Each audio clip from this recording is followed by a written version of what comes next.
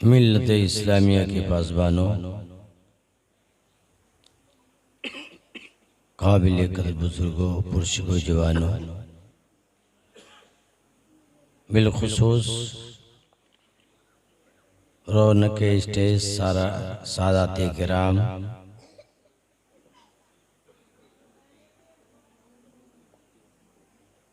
ओ विरासते नबी के अलंबरदारो, पर्दानशी इफ़्फ़त माम और बहनों,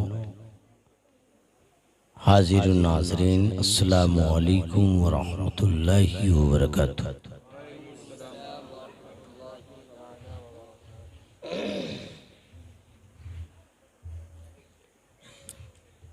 अल्हम्दुलिल्लाह,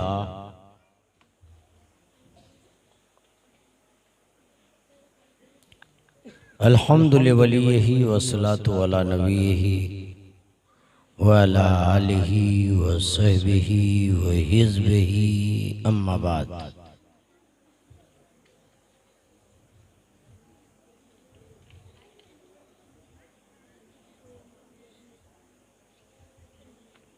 क़ाल अल्लाहु तबारक व तआला फ़ी किताबिहिल अज़ीम व ख़िताबिहिल क़दीम, अऊज़ु बिल्लाहि मिनश शैतानिर रजीम, बिस्मिल्लाहिर रहमानिर रहीम।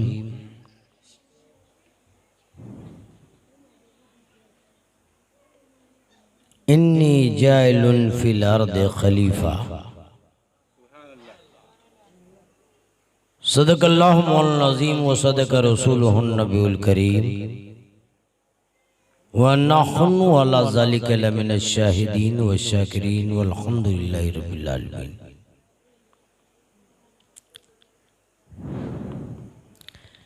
ये बच्चों, ए बच्चे, पैसा सुबह में गिनना है, नहीं तो सारे का पैसा जब्त कर लिया जाएगा। मेरी तकरीर सुनो, नहीं तो सारे पैसे यहाँ जमा कर दो।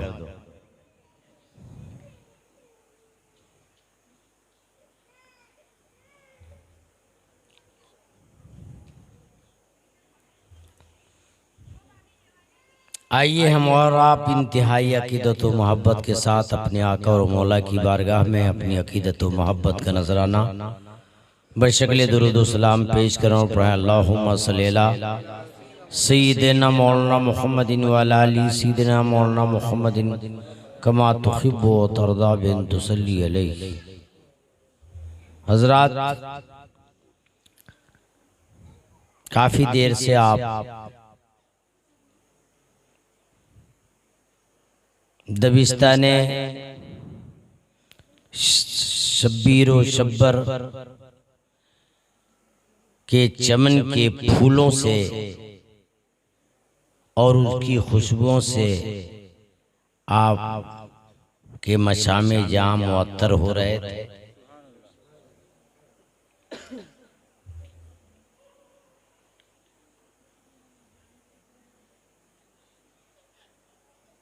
आप ने देखा ये छोटे छोटे बच्चे, ऐसे तो सैयद साहब की ये नगरी है और सैयद साहब ने वाकई इतना खिलाया है कि दिमाग बोझल है।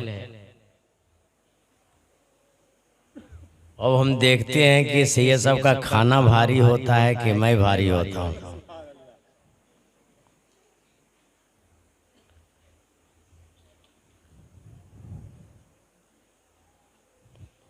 ये छोटे छोटे बच्चे, ये नौनहाल बच्चे आपको बहुत ही कीमती और मनमोल बातें बता रहे थे। और ये दबे गुलिस्ताने शब्बीर व शब्बर का एक ये पहला शायद काफिला है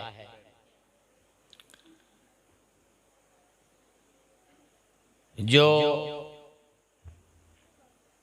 अब्दुल हलीम दातार यंग कमेटी की तरफ से, और जहां वाई यंग किसको कहते हैं, जवान खून जहां दौड़ रहा हो, तो यकीनन जो है उसमें जब बच्चे पैदा होंगे तो होनहार ही पैदा होंगे।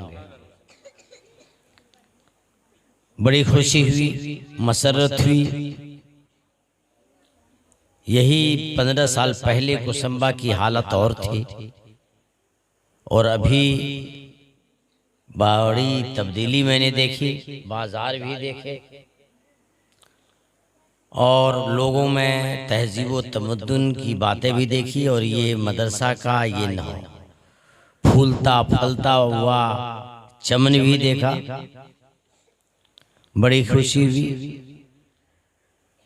यही नहीं बल्कि इनके असातिज़ाए किराम ने जो इनको सींचा है ये कमाल इनका है।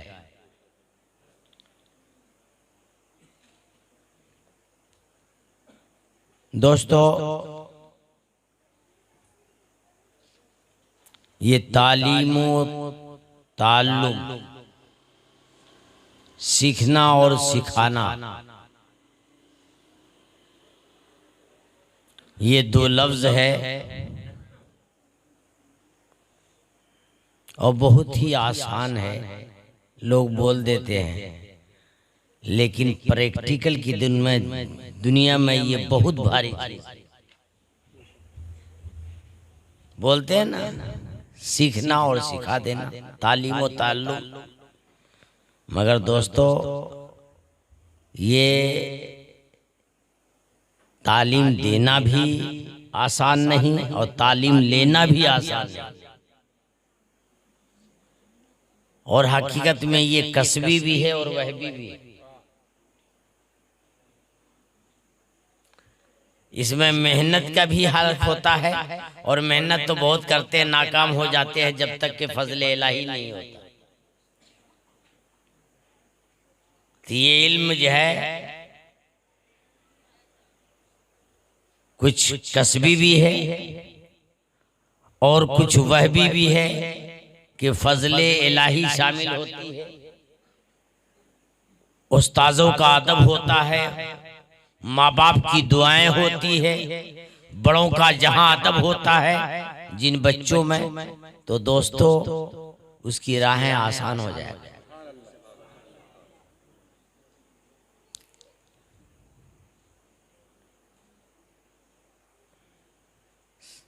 सैयदों की नगरी में है, चंद अशार में पहले पेश करता हूं ताकि मिजाज बने।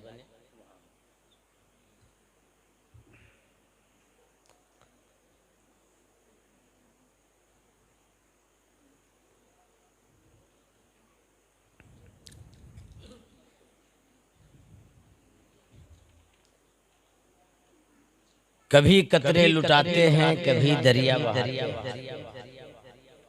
कभी कतरे लुटाते हैं, कभी दरिया बहाते हैं, ये ऐसे मीर हैं मिठी मेरे गौसे आजम शेख अब्दुल कादिर जिलानी, जो सैयदों के सरदार, वलियों के सरदार। कभी कतरे लुटाते हैं, कभी दरिया बहाते हैं, या ऐसे मीर हैं मिट्टी को जो सोना बनाते हैं। और भला तुम इख्तियाराते वली क्या जान पाओगे, भला तुम इख्तियाराते वली क्या जान पाओगे। ये ऐसे लोग हैं जो रेत पे जन्नत बनाते हैं। भला तुम हजरत बहलुल दाना की बात सुनी है ना भाई? मैं उम्रा में गया था तो मैंने सुना था ये नहरे जुबैदा पहाड़ मक्का से मदीना तक। जुबैदा का नाम भी सुना होगा, हारून रशीद का नाम भी सुना होगा, और उसी जमाने में हजरत बहलुल दाना भी थे। और वो बहलुल दाना घरौंदे बना रहे थे, जुबैदा गुजरती, क्या कर रहे का जन्नत हो रहा हूँ, कितने में कहा 2 दिनार। जुबैदा ने 2 दिनार दिया और उसके बाद चली गई। रात में हारून रशीद ख्वाब देखता है कि जन्नत की बहारें बेशुमार इमारतें हैं, उसके डेकोरेशन इल्यूमिनेशन का यह हाल है कि तुरा ज़ुहूर हामिन बुतूनिया, वो बुतून हामिन ज़ुहूर है कि अंदर चले जाओ तो बाहर नज़र है, और बाहर चले जाओ और उसमें सबसे हंसी कसरे जुबैदा लिखा हुआ।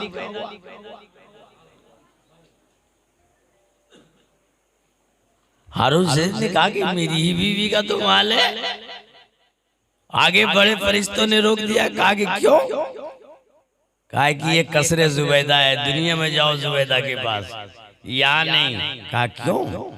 कहा ये उसका माल है, तुम नहीं जा सकते। अब जो है बड़ा सुबह उठे, ख्वाब देखा तो बादशाह वक्त ख्वाब देखता है तो बहुत जल्दी डर जाता है। फिरौन ने भी ख्वाब देखा था, परेशान हो गया था, हज़रत मूसा पैदा हो गया। तो बादशाह जो होते हैं फौरन नजूमी होते हैं, उसके साथ जिन्हें उजरा होते हैं, सब बड़े बड़े जिन्हें अरकान ममलिकत होते हैं, सबको बुलाया और कहा कि मैंने आज ऐसा ख्वाब क्यों देखा कि मेरी बीवी का जन्नत में महल है, और मैं आगे बढ़ा तो फरिश्तों ने रोक दिया। इस ख्वाब की ताबीर बताओ।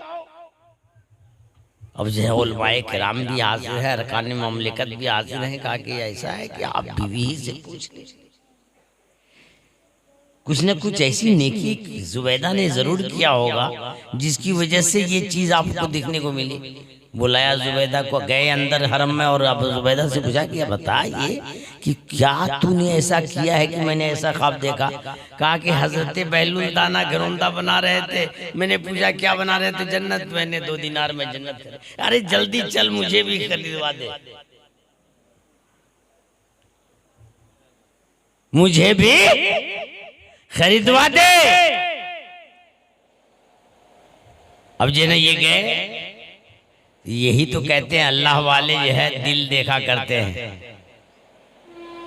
हारून रशीद जाता है, कहा हुजूर क्या कर रहे हैं? कहा घरौंदा बना रहा हूं। कहा बेचेंगे? कहा जरूर। कहा कीमत? कहा तेरी पूरी सल्तनत। अब बादशाह ने कहा हुजूर क्या मजाक कर रहे हैं, कल तो 2 दीनार में जन्नत बेचा था और आज पूरी सल्तनत।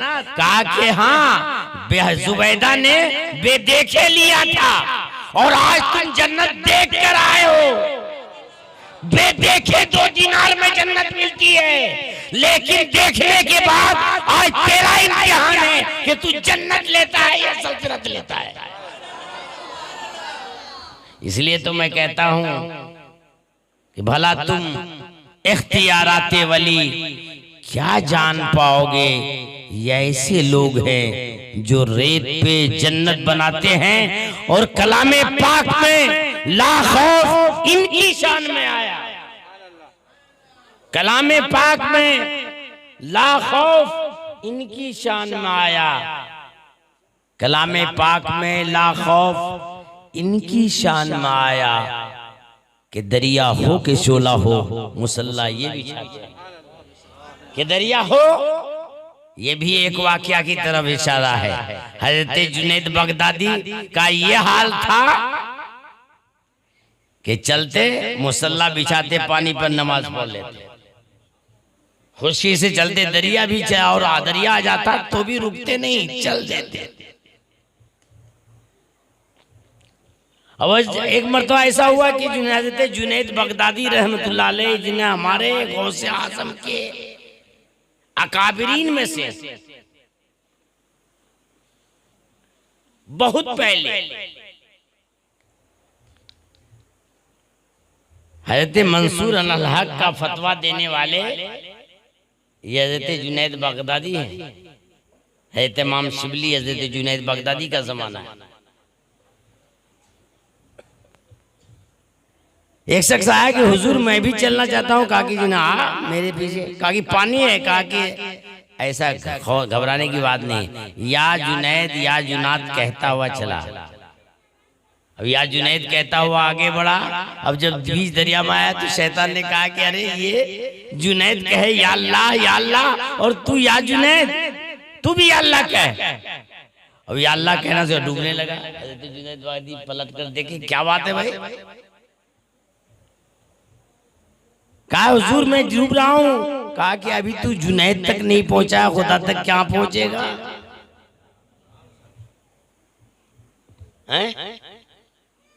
इसलिए जो है मैं कहता हूं कि कलामे पाक में ला खौफ कहा ना कि कोई खौफ नहीं, कोई गम नहीं, न गुज़श्ता का गम है और न मुस्तकबिल का खौफ है, या अल्लाह की जात हुआ करती है। तो कलामे पाक में ला खौफ इनकी शान में आया कि दरिया हो के शोला हो, मुसल्ला ये बिछाते हैं और यहाँ पे खानका हो, मदरसा का एक सही, ये जो है ना सादात की नगरी है और ये दबिस्ताने शब्बीर व शब्बर है। तो दोनों चीज मौजूद है यहाँ। यहाँ पे खानका हो, मदरसा का एक हसी संगम। यहाँ पे खानका हो, मदरसा का एक हसी संगम, कभी दस्ते मुअल्लिम से, कहीं खुद से पिलाते, कभी दस्ते मुअल्लिम से। और ये वो बारगाह है, यहाँ आकर के रोता है, बड़ा नादान है रे तू। यहाँ आकर के रोता है, बड़ा नादान है रे तू। यहाँ चश्मे तमन्ना फूल बनकर मुस्कुराते हैं, यहाँ चश्मे तमन्ना फूल बनकर मुस्कुराते हैं। और आखिरी शेर में आपके सामने रखना चाहता हूँ, फलक पर माहो अंजुम पैरते हैं जब दमे परवाज। फलक पर माहो अंजुम पैरते हैं जब दमे पर दुबाज। नबी की नात पढ़ पढ़कर कबूतर गुनगुनाते हैं, नबी की नात पढ़कर कबूतर गुनगुनाते हैं। पढ़ दो अल्लाहुम्मा सल्ली अला सय्यिदिना मौलाना मुहम्मदिन व अला आलि सय्यिदिना मौलाना मुहम्मदिन कमा तुहिब्बु व तर्दा बिन तुसल्ली अलैहि। न सूरत देखी जाती है, न सीरत देखी जाती है, यहाँ तो मांगने वाले की नीयत।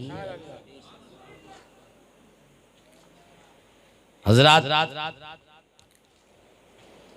काफी वक्त रात का निकल गया है, चंद बातें कह के रुखसत हो जाऊंगा। और हकीकत यह है कि ये खिताब कोई टाइपराइटिंग नहीं है कि मैं खोल दूं। जैसी मजलिस होती है वैसी होता है। रात का बड़ा आखिरी हिस्सा चल रहा है और मुझे भी गुनूदगी है और आपको भी गुनूदगी है, और इसी गुनूदगी में कुछ बातें हदीस की हो जाए। आप लोग बेदारी में हैं कि नहीं? सुनना चाहते हैं? तुम सुनना चाहते हैं? नारे तकबीर, नारे रिसालत।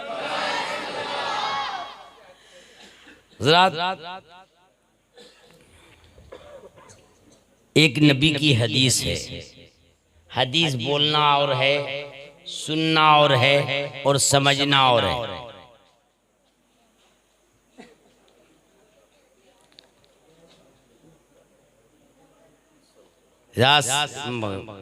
तवज्जो दीजिएगा तभी मैं जिन्हें बोलूंगा।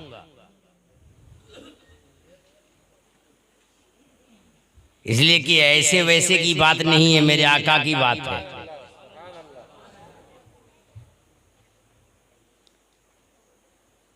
फजलुल आलिम अलल आबिद का फजली अला। सुना होगा, 12 सुना हो। आलिम की फजीलत आबिद पर ऐसे ही है जैसे मेरी फजीलत तुम्हारे अदना लोगों को। मेरे आका फरमाते हैं कि आलिम की फजीलत आबिद पर, आम लोगों पर नहीं, आबिद पर।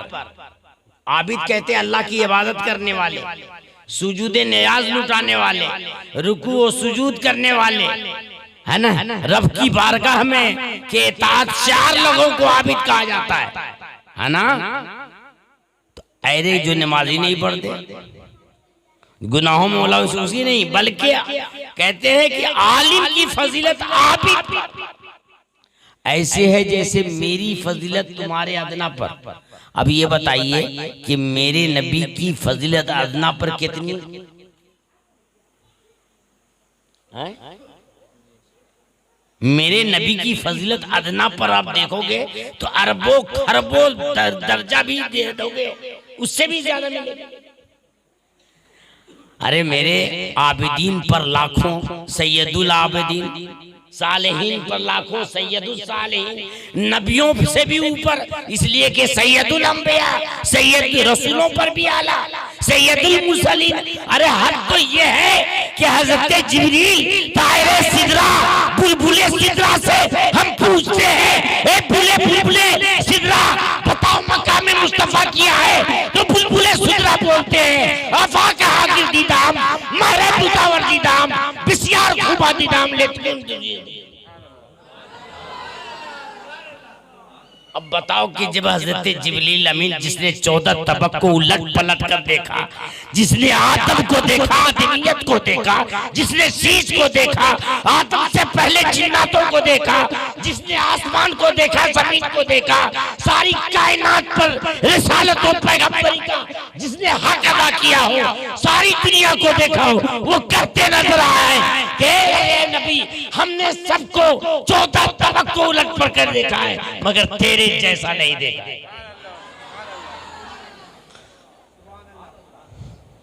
तो अब बताओ कि जहां जिब्रील अमीन के आंख की पुतलियां लगती हैं वहां से मकाम मुस्तफा की इब्तिदा होती है, तो हमारे अदने पर कितने ऊंचे।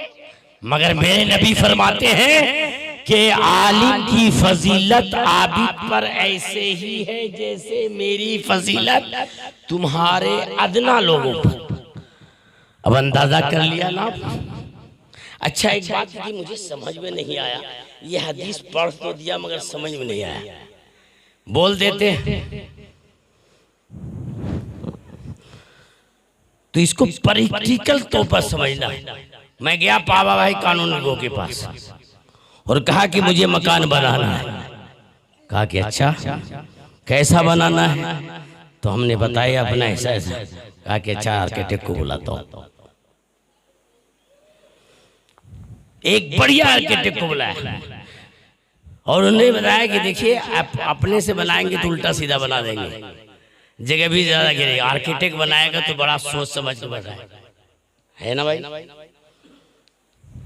अब आर्किटेक्ट ने मुझे बताया तो मैंने कहा कि आपका पहले प्लान बताइए। हमने कहा कि भाई प्लान तो घर बनाता हूं तो ऐसा लगे कि 10 आदमी देखे। आज तो यही दिमाग में है ना कि मेरे जैसा किसी का ना हो, हैं जगह कम हो और हुस्न ज्यादा हो, कमाल ज्यादा हो, दूसरे देख कर जाएं, है ना, जगह भी कम हो, सारी खुसूसियतें हो, यही तो आर्किटेक्ट का कमाल होता है। कहा कि अच्छा हमारा प्लान ले लिया। अब वो एसी में बैठाया उसको मैंने और 1 घंटा वो अपना दायरा खींचता रहा और उसके कहा कि कितने का मकान, तो कहा कि ये 25 लाख रुपए का मकान था ना। कहा 10% जमा करके लेके चला गया। बैठा एसी में, चाय भी मिली, नाश्ता भी मिला, आगे पीछे भी होते रहे और उसके बाद कोई 1 घंटे के अंदर 2-2.5 लाख रुपए लेके चला गया है।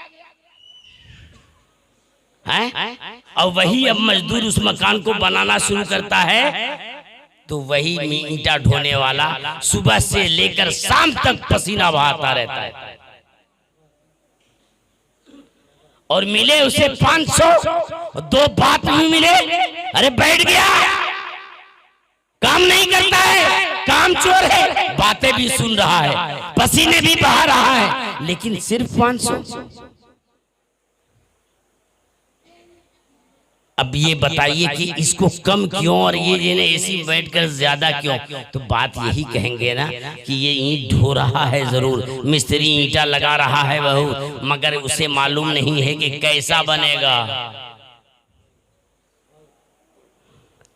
कैसा बनेगा मालूम नहीं। लेकिन ये आर्किटेक्ट को जो है बात मालिक की खबर है, कैसा किचन चाहता है, कैसी लेटरिन चाहता है, रूम का बेड कैसा होना चाहिए, ये चूंकि मालिक का राजदार है इसलिए मेहनत कम करता है, पैसा ज्यादा पाता है, और ये मेहनत जरूर ज्यादा कर रहा है, पैसा कम पाएगा।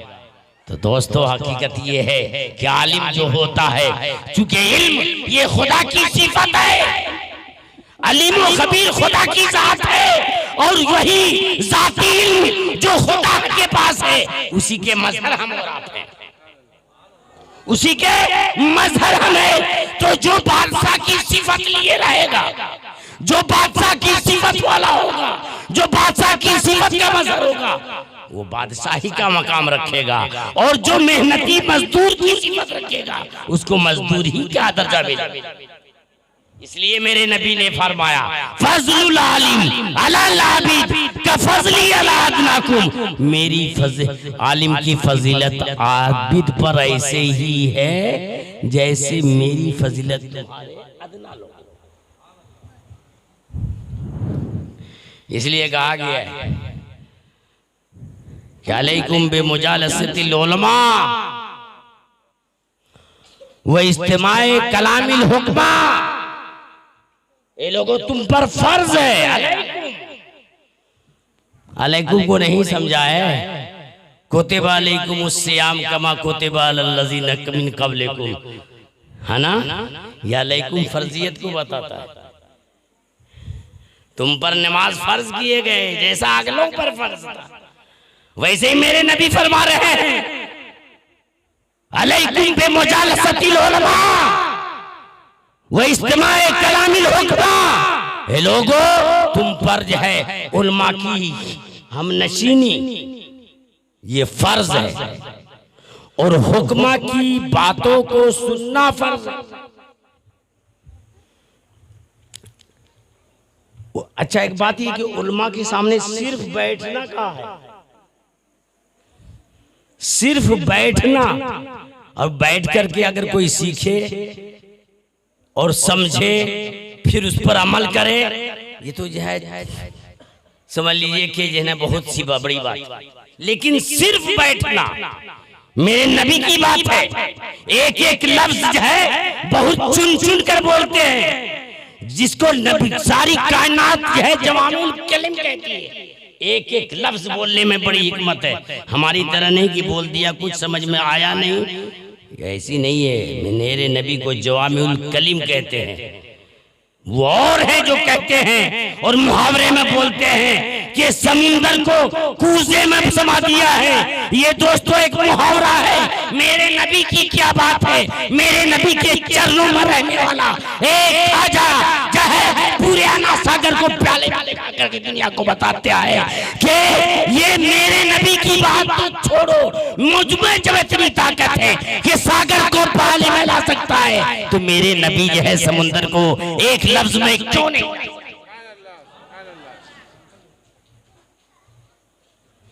इसलिए कहते अलैकुम बिमुजालसतिल उलमा, तुम्हारे पास तुम पर फर्ज है उलमा की हमनशीनी, वो इस्तेमाए कलामिल हुक्मा, और हिकमत वाले।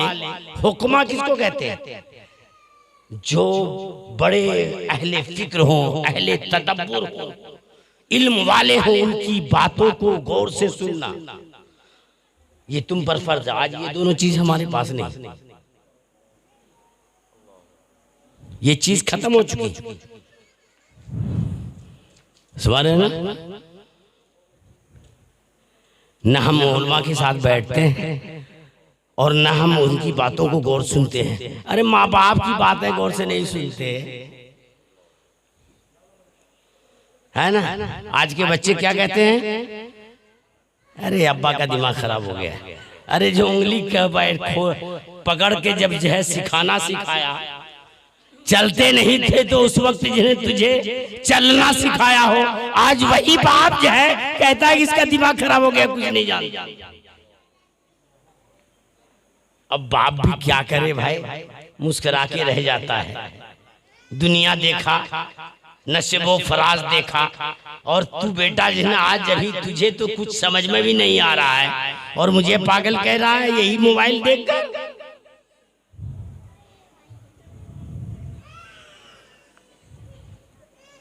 तो ये जमाना है दोस्तों। मगर मेरे नबी ने कहा उलमा के साथ बैठो, हाँ, और अहले फिक्र अहले तदब्बुर की बात को गौर से सुनो।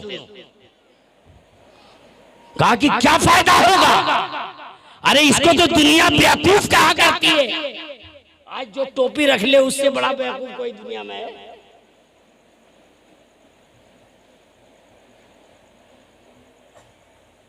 एक हदीस 10 साल पहले मैंने जिन्हें पढ़ा था, अक्सर अहले फिल जन्ना, अक्सर बेवकूफ जन्नत में होंगे।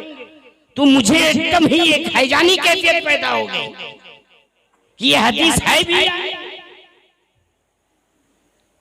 10 साल पहले की बात है, अक्सर अहले फिल जन्ना, अक्सर बेवकूफ जन्नत में। तो मैंने कहा कि यार जन्नत है, बेवकूफ जन्नत में चला जाए? अरे जो जन्नत में जाने वाला होगा उससे बड़ा दाना कौन होगा, उससे बड़ा बीना कौन होगा, उससे बड़ा दानिशमंद और अक्लमंद कौन होगा?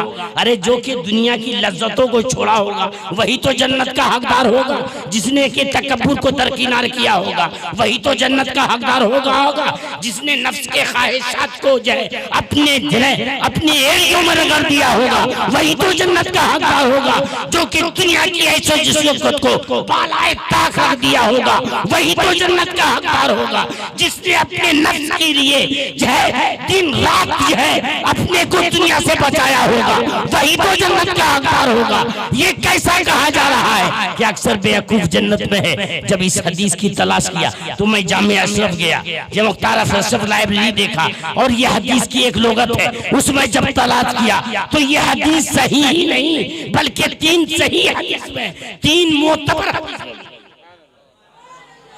तो जब मैंने तो मैं और भी चकराया कि ये हदीस सही है, तो फिर इसका मतलब क्या है? तो आइम्मा मुहद्दिसीन ने इसका माना क्या लिया है, इस पर देखा तो मैंने पता चला कि ये मुहद्दिसीन कि दुनिया जिसको बेवकूफ समझेगी हकीकत में वो दाना बड़ा दाना होगा, वो बड़ा पीना होगा, जो दुनिया से बचकर जन्नत का हकदार हो गया होगा। जिसने रज़ाए को हासिल कर लिया होगा वो यकीनन रब की बारगाह में दाना पीना बंद होगा, लेकिन उसको दुनिया बेवकूफ समझेगी। अल्लाहुम्मा सल्ली अला सय्यिदना मौलाना मुहम्मदिन व अली सय्यिदना मौलाना मुहम्मदिन कमा तुहिब्बु व तर्दा बिन तुसल्ली अलैहि अज़ीज़ान मिल्लत इस्लामिया। तो कहा तुम्हारे साथ तुम पर फर्ज है उलमा के साथ बैठना और अहले फिक्र की बात को सुनना। कहा कि क्यों? इसलिए कि तो ये हदीस के आगे लफ्ज को गौर फरमाए, क्यों बैठना जरूरी है? अहले फिक्र की बात को सुना तो आगे मेरे नबी फरमाते हैं कि इन्नल्लाह युही अर्दल कुलूबल मैता कमा युही अर्दल मैता बिमाइल मैता। कि अल्लाह तआला मरे हुए दिल को, जिसका दिल मर चुका होता है, उलमा के साथ सिर्फ बैठने से और हुक्मा की बात सुनने से मरे हुए दिल को ऐसे ही जिंदा कर देता है जैसे ही ये सूरजदास ये गर्मी के मौसम में जब पानी जमीन जल जाती है और जो है कोई सब्जा दिखाई नहीं देता, बारिश के चंद कतरे पड़ते हैं और वो जमीन हरी भरी हो जाती है, तो जैसे चंद कतरे पानी के जैसे जमीन मुर्दा जमीन को जिंदा करती है, वैसे उलमा की हमनशीनी और अहले फिक्र की बातें सुनने से मरा हुआ दिल।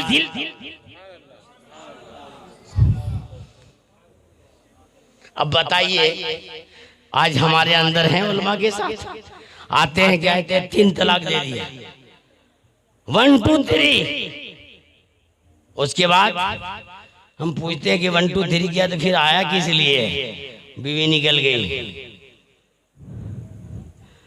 कहा नहीं मुफ्ती साहब कोई कोई सूरत पैदा करो। हमने कहा भाई सूरत को जो सूरत बनाने वाला है उसने फैसला कर दिया तो कौन सूरत बनाएगा?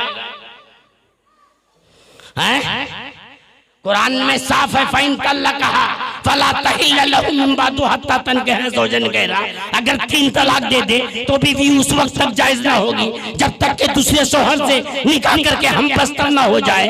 हज़रत रिफा की हदीस आज भी हदीस रिफा के नाम से जानी जाती है, जिसे हदीस हुसैना भी कहते हैं। रिफा से भी ऐसी गलती हो गई थी, साहब ये रसूल थे। गुस्सा सबको हो सकता है, और जो है सहाबा में भी एक ऐसी हदीस है। और दोस्तों हकीकत ये है कि नबी और की बारगाह में और सहाबा में ऐसे हादसात ऐसे ही इसलिए हो जाते हैं ताकि लिए हमारे लिए दर्स इबरत हो जाए। नहीं तो सहाबा तो वो है कि जिसके बारे में मेरे नबी ने फरमाया क्या सहाबी कन्नुजूम वबिअय्यिहिम इक्तदैतुम इक्तदैतुम। ये सहाबा हिदायत के सितारे हैं, जिसकी इक्तिदा कर लोगे उसके तहत तुम हिदायत याब हो जाओगे।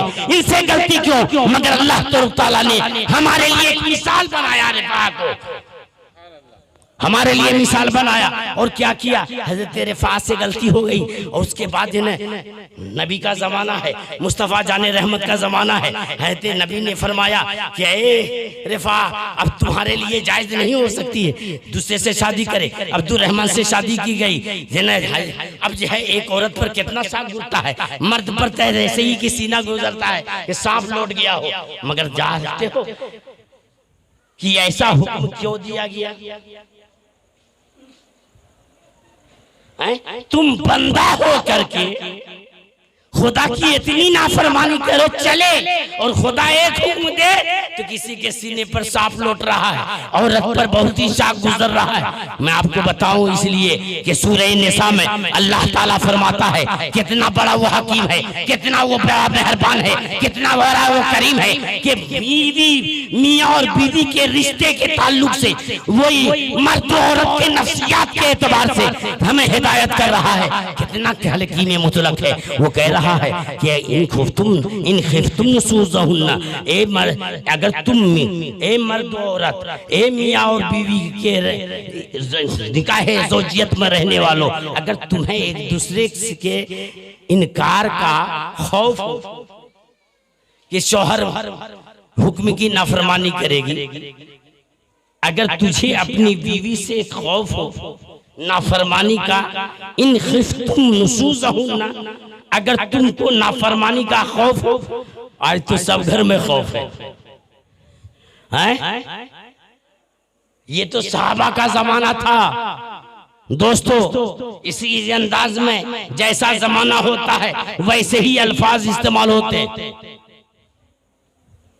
मैं इसलिए कह रहा हूं कि मेरे नबी ने कहा था 1400 साल पहले, क्या कहा था कि अपने माँ बाप को गाली मत। तो वो जहालत का दौर था, जमाना था, मगर उस जमाने में भी जो है ये मुहाल था कि कोई अपने माँ बाप को कोई गाली दे। इसलिए सहाबा तड़प उठे और कहा जो ये आर्ज़ी वजूद का सबब हो, कोई माँ बाप को भी या रसूल अल्लाह गाली दे सकता है, ये कैसे मुमकिन है? तो खुदा की कसम उस सहाबा जो नबी जो है जन्नत से जब जहन्नम से पत्थर गिरता है और जो है जब वो तक पहुंचता है, मेरे नबी उसको देखते हैं मिंबर से मौजूद होकर। जन्नत को देखने वाले क्या हमारी हालत उनसे गायब थी? हमारी हालत को देख रहे थे, लेकिन सहाबा को वो बात समझ में नहीं आती। तो कहा कि अच्छा है, यकीनन कोई अपने माँ बाप को गाली नहीं देता, लेकिन तुम दूसरे के माँ बाप को गाली देते हो, दूसरे के माँ बाप को गाली देते हो, और जवाब में वो पलट कर देता है तो तुम गाली देने के सबब। तो वो सहाबा का जमाना था, तो समझाने के लिए मेरे नबी ने ये बताया। आज तो डायरेक्ट धक्के दे रहे हो, मार रहे हो, तो आज के हिसाब से तो डायरेक्ट है ना, उस वक्त ये हाल था। तो दोस्तों उसी एतबार से मैं कहता हूँ कि जो है हर जमाने के एतबार से जो है लफ्ज इस्तेमाल किए जाते हैं। जैसा जमाना होता है वैसे ही अल्फाज इस्तेमाल होते हैं। तो आज हमारा तो हाल ये है कि डायरेक्ट माँ बाप को धक्के देते हैं, आलिमों की गुस्ताखियाँ की जाती है। सन आज अगर कोई भी ये सूरत हमारा जो है ये एक ऐसी सूरत है कि जिस सूरत को मैंने सूरत को बहुत अच्छी सूरत में देखा है और अच्छी सूरत में देखने का एक अरमान भी है मुझे, चूंकि जो है सूरत हर माजी में भी देखा है और मौजूदा जमाने में भी देखा है और मुस्तकबिल में देखने का इरादा भी है। मैं इसलिए बताता हूँ कि वक्त जो है जब बदलता है तो सूरत की सूरत भी बदलती है, इसलिए मैं जो है हर सूरत को देखना चाहता हूँ और मैं ये इजाज में मुसम्मम कर लिया है कि सूरत के दरदर सूरत को देखूंगा, सूरत के बरबर सूरत को देखूंगा। अल्लाहुम्मा सल्ली अला सय्यदना मौलाना मुहम्मदिन व अला आलि सय्यदना मौलाना मुहम्मदिन कमा तुहिब्बु व तर्दा बिन तुसल्ली अलैहि। अज़ीज़ान मिल्लत इस्लामिया पे कहना ये चाह रहा था कि अलैकुम बिमुजालसतिल उलमा व कलामा इस्तिमाए कलामिल हुक्मा। अब ये इतने बैठने से उठने से क्या हाल होता है, आपकी दिल मरे हुए जिंदा हो जाते हैं, है ना। मैं भी बता रहा था कि इन खिफ्तुम नुशूज़, अगर तुम खौफ खाओ, ये जो है उस जमाने के एतबार से था, नहीं तो यहाँ जरा सा हर वक्त शौहर डरता रहता है। ये जरा सा अगर बीवी के नशेबो फराज और फर्क गया है, भाई को फोन करेगी, बाप को फोन करेगी, फौरन भाई आएगा लेके जाएगा, सुबह की चाय भी नहीं मिलेगी, फिर दौड़ना हो जाएगा। यही दौड़ रहा है।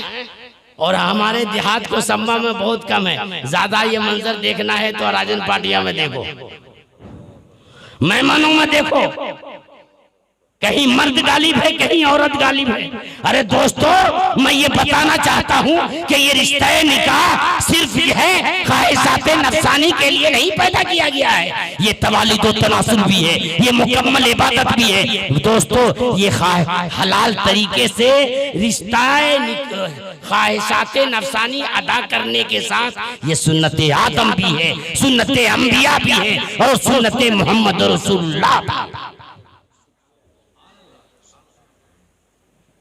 इसलिए सिर्फ ये नहीं, आज मर्द समझता है कि औरत मेरी जरूरत है और औरत समझती है कि मर्द हमारी जरूरत है, मगर मैं बताना चाहता हूँ कि यही औरत है कि खुदा की कसम गैरुल्लाह के सिवा अगर किसी को की इबादत जायज होती तो औरत को हुक्म होता कि शौहर की इबादत करे। ये शौहर का मकाम है कि अगर रात भर अगर वो नाराजगी में है रात गुजारता है तो अल्लाह उसके फरिश्ते और सारी कायनात उस पर लानत भेजती है।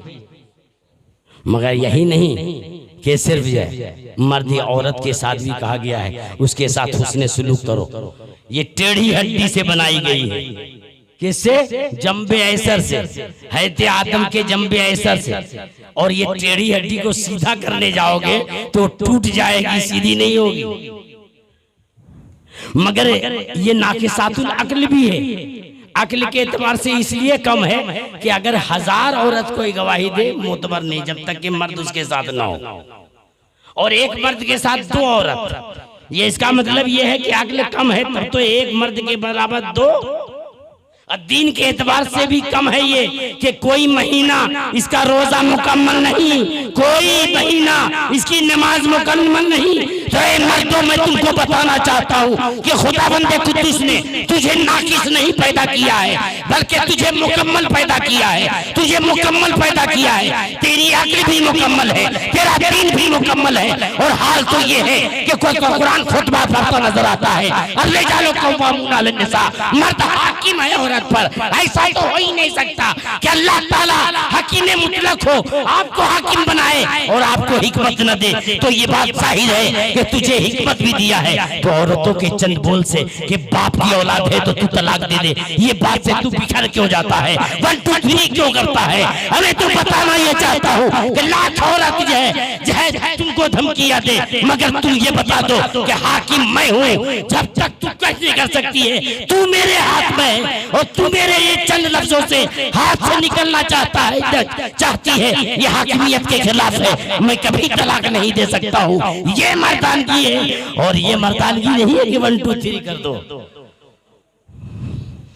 1 2 3 कर दो, ये मर्दानगी नहीं है। इसलिए तो मर्दानियत को चूड़ी पहनाने के लिए खुदावंदे कुद्दूस ने कहा कि फाइन खिफ्तु नुशूज़हुन्ना, अगर तुम्हें खौफ हो खाओ फैज़ू।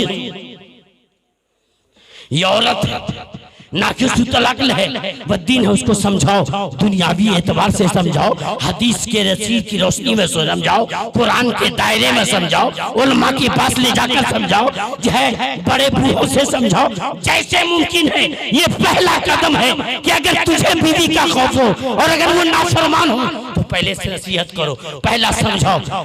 ये किसका ऑर्डर है? रब्बे कायनात का है। वो सारी कायनात का मालिक है और जिसको जो चाहे हुक्म दे। अगर आपको हुक्म दे कि तू हिमालय को उठा ले, कौन है ऐसी ताकत जो तुझे रोक दे?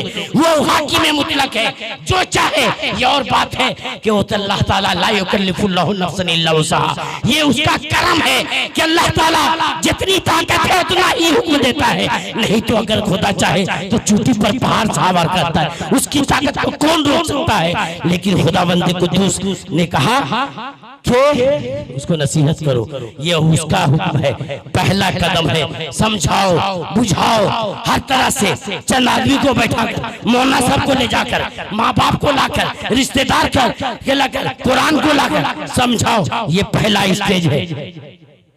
अब अगर इसके बाद भी नहीं समझती है तो कहा कि फहजुरुन्ना अनिल मदादे, उसके बिस्तर को जुदा कर दो, है ना? पहले के लोग कुरान पर अमल करते थे, है ना? पहले के हम लोग बूढ़े के बाप, आपके माँ से बाप रूस जाता था, रूसना बोलते हैं ना, नाराज हो जाता था, घर ही ना आवे। अब अम्मा बहुत परेशान, 4 आदमी को लगाए, किसी तरह से मेरे शौहर को राजी कर दो, किसी तरह से मेरे शौहर को राजी कर दो, अकारीब को, रिश्तेदार को, खानदान को, मगर शौहर राजी होने के लिए तैयार नहीं। और किसी तरह से राजी हो, है ना? तो फिर औरत 50 मरतबा सोचती थी कि फिर ऐसी गलती नहीं करेगी। कितना बड़ा करीम है और कैसी औरत के नफ्सियात के एतबार से कि एक औरत सब कुछ बर्दाश्त कर सकती है, शौहर की दूरी और जुदाई बर्दाश्त नहीं कर सकती। अल्लाह ताला हकीम मुतलक है, कहा बिस्तर जुदा करके तो दो, हाँ ना? और अब बिस्तर जुदा करने से भी मामला नहीं बनता है। बिस्तर भी जुदा किया, मगर जो है ये भी तुर्रम सिंह, ये भी तुर्रम सिंह। आजकल देखते हैं ना, मैं तुझसे किसी में कम नहीं, ईंट का जवाब पत्थर से दूंगा। यही तो माहौल होता जा रहा है ना। यहाँ कहाँ इबादत, कहाँ एक दूसरे का, न बड़े का ख्याल, न छोटे का डर, न छोटे का जो है ख्याल, न बड़ों की अजमत, कुछ भी तो नहीं है। तो क्या होगा? सब कहेंगे कि मैं किसी से कम नहीं। तो कहा कि आप इस मैदान में आ जाए तो कहा फजरेबू, समझाओ, बिस्तर जुदा करो। और अगर ये दोनों मरहला नाकाम हो जाए तो तमाचा लगा दो। आप कहते हैं ना कि इसने मारने का हुक्म नहीं है, कुरान से मैं बता रहा हूँ मारने का हुक्म है, मगर मारने का मतलब ये नहीं कि चेहरे पर मार दो। लक़द खलक़नल इंसान मिन अहसनि तक़वीम, हमने इंसान को बहुत ही खूबसूरत में पैदा किया है और अल्लाह ताला ने अपनी सूरत में इंसान को पैदा किया है। उस पर तमाचा मारने की इजाजत नहीं है। उसके अलावा 1-2 तमाचा, ये नहीं कि पाँव तोड़ दो। ये नसीहत के लिए जो है, जैसे उस्ताद जो है शागिर्द को मारते है ना।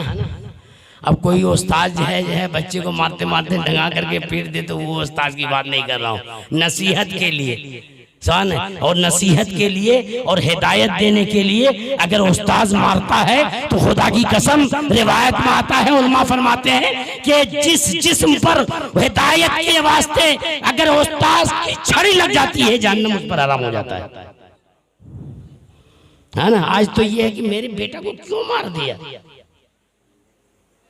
अभी कल ही की बात है, मेहमान मेरे पास आया मेरी फैमिली के साथ और कहा कि मुफ्ती साहब करम करो। हमने कहा क्या करम करे? कहा कि मेरा बाल बच्चा जिन्हें मेरे से हाथ से बाहर हो गया। हमने कहा मोबाइल तो दिया ही होगा।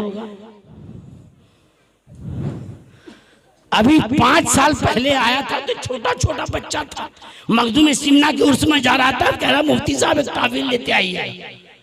और वही मेमन आज 5 साल के बाद आया, कह रहा कि मेरा बच्चा तो मुझको जवाब देता, माँ कहती है कि मुझे जना धक्के दे देता। अब बताइए कैसा जमाना हो गया। पहले की माँ कहती थी कि जाओ दादा के पास, जाओ रिश्तेदार के पास, जाओ अहबाब के साथ, जाओ फला आंगन में रिश्तेदार में खेलो जाओ। आज की माँ कहती है लोग बोल चचा के पास मत जाना, रिश्तेदार के पास मत जाना, फला आंगन में ना मत जाना, वो लोग सिखा देंगे पढ़ा देंगे। आप जब के गैरों से उसको काट रहे हो तो वो वही तो सीख रहा है। यही माँ है जिसने हमें चचा से रोका था, यही वो माँ है जिन्हें हमें दादा की मोहब्बत नहीं दी है, यही माँ है जिसे मैंने पड़ोस से मुझे महरूम रखा है। तो आप देखिए जो महरूम रखेगी वो खुद महरूम, जो खुद महरूम होगी वो खुद महरूम होगी। फिर वही दिन आता है कि वही बेटा तुमने जिन्हें कल चचा की मोहब्बत से रोका था, चाहे समाज से रोका था, और जो चीज उसके अंदर खूबी और सलाहियत समाज दे सकता था, रिश्तेदार दे सकता था, बाप दे सकता था, वो उससे तुमने महरूम रखा है। तो आज अपने बेटे के आज तुम अपने माँ बाप अपनी असमत से महरूम हो जाओ, और बाप तुम्हारा बेटा तुझे धक्के देता नजर आता है, क्योंकि जैसा करोगे वैसा भरोगे, जैसा करोगे वैसा भरोगे। अज़ान मिल्लत इस्लामिया। तो तीसरा हुक्म क्या है कि उसको मारो। अच्छा ये तीनों हुक्म दे दिया, नसीहत कर दिया नहीं संभली, बिस्तर जुदा कर दिया नहीं संभली, मारा भी तो भी नहीं संभली, तो भी तलाक देने की इजाजत नहीं है, नो परमिशन टू तलाक। कहा कि फिर क्या करें? कहा खुज़ हकमन मिन अहले ही व हकमन मिन अहलिहा।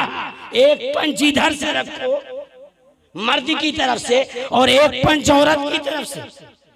अब 4 तजर्बाकार बैठेंगे, जमाना शनास बैठेंगे, मियाँ बीवी के रिश्ते से जो है कितने महसूस हुए होंगे, बड़े बूढ़े पुराने सारे नशेबो फराज को देखा होगा, वो बैठेंगे तो समझेंगे कि जब इसको समझाने से मामला नहीं बना, बिस्तर जुदा न करने से मामला नहीं बना, मारने से नहीं, तो आखिर इन दोनों की दूरी की वजह क्या है? तो लड़के वाले लड़के के दिल की बात को निकालेंगे, लड़की वाले लड़की के दिल की बात को निकालेंगे। अल्लाह ताला ने कहा कि ऐसा करोगे तो हम इस्लाह का रास्ता निकाल देंगे। हजारों मसले ऐसे हल होते नजर आते हैं, होता है कि नहीं? ये 4 मरहले, ये 4 ऑर्डर, ये 4 हुक्म वो रब्बे कायनात ने दिया है, अल्लाह के कायनात। ऐसा करो, हमने न समझाया, न बिस्तर जुदा किया, न मारा, न जो है पंच रखा, और जरा सा बात हुई 1 2 3 किया। कहा कि अब जो है तूने मेरी नाफरमानी की है, अब जो तुझे नापसंद है मेरे से करो।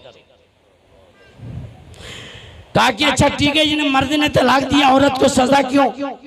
कहा कि मर्द की भी है, मर्द को भी सजा है, औरत को भी सजा है। हाकिम को हाकिम की हैसियत से सजा मिलती है, महकूम को महकूम की हैसियत से सजा मिलती है। ये यकीनन तलाक जो होती है उसमें औरत भी कारफरमा होती है, मर्द भी कारफरमा होता है, और सजा भी वैसे ही दी गई है। मर्द हाकिम है, अगर मोदी जहर जाएगा जेल जाएगा, जेल जाना ही बड़ी सजा है, मगर उसके लिए एसी लगेगा, बिस्तर लगेगा, होटल से भेजा 1 से 1 ऑर्डर से, और पुलिस खड़ा होगा। लेकिन हम जैसे लोग जाएंगे डंटे भी खाएंगे, कारी कोठी में भी रहना होगा, है ना?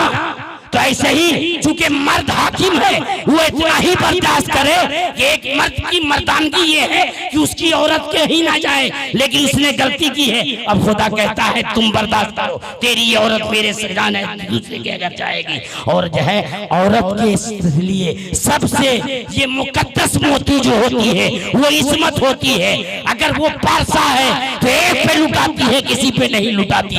लेकिन तूने अगर मैं शौहर के मिजाज को समझा होता, अगर तूने जो है मियाँ बीवी के रिश्ते को देखा होता, अगर तुमने खानदान के तकद्दुस को देखा होता, अगर माँ बाप की अज़मत को देखा होता, तो हर चीज बर्दाश्त करती, मगर इस हद तक नहीं पहुंचती। मगर आज तूने इन तमाम चीजों को एक तरफ रख दिया है, तो अब अनमोल मोती को तुझे खोना पड़ेगा और रब के हुक्म से खोना पड़ेगा। अज़ीज़ान मिल्लत इस्लामिया, आपने देखा कि ये सजा है खुदा की ऐन मुताबिक है कि नहीं?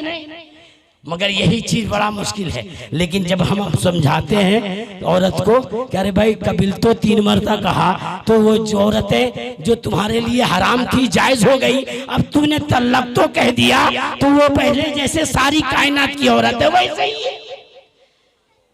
अब वो दूसरे से निकाह करेगी, दूसरे की बीवी होगी, तुम्हें लगता क्यों है? और अगर लग रहा है तो इसी लगने के लिए तो सजा है, यही झटके के लिए तो सजा है कि तूने इतने खुदा की नाफरमानी की। खुदावंदे कुद्दूस हकीम मुतलक होकर के समझाता रहा, तू नहीं समझा। अब इसी झटका खाने के लिए मर्द भी तैयार रहे, औरत अपने एतबार से तैयार रहे। इसी को दुनिया हलाला कहती है और इसी का वावेला होता है। अज़ान मिल्लत इस्लामिया आज की मजलिस में मैं आपको मर्दों को भी समझाना चाहता हूँ, औरतों को भी समझाना चाहता हूँ कि सिर्फ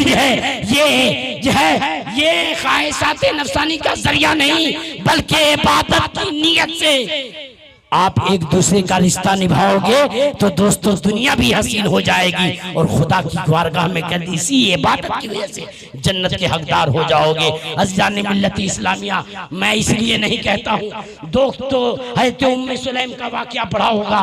बच्चा मर गया है, शौहर थक कर आया है अपने बच्चे को, बाप जब गया था तो उसकी सांस चल रही थी, बहुत तेज से चल रही थी। जब शौहर आया तो पूछा कि बच्चे का क्या हाल है, तो कहा नफ्स, उसकी नफ्स रुक गई है। इतना कितनी पहले की औरतें चालाक और कितना जचा तुला जुला बोलती थी। शौहर ने समझा कि सांस तेज चल रही थी तो रुक गई, है ना। तो हज़रत उम्मे सुलैम नहीं बताया कि बच्चा मर गया, कहा कि हदा नफ्सा।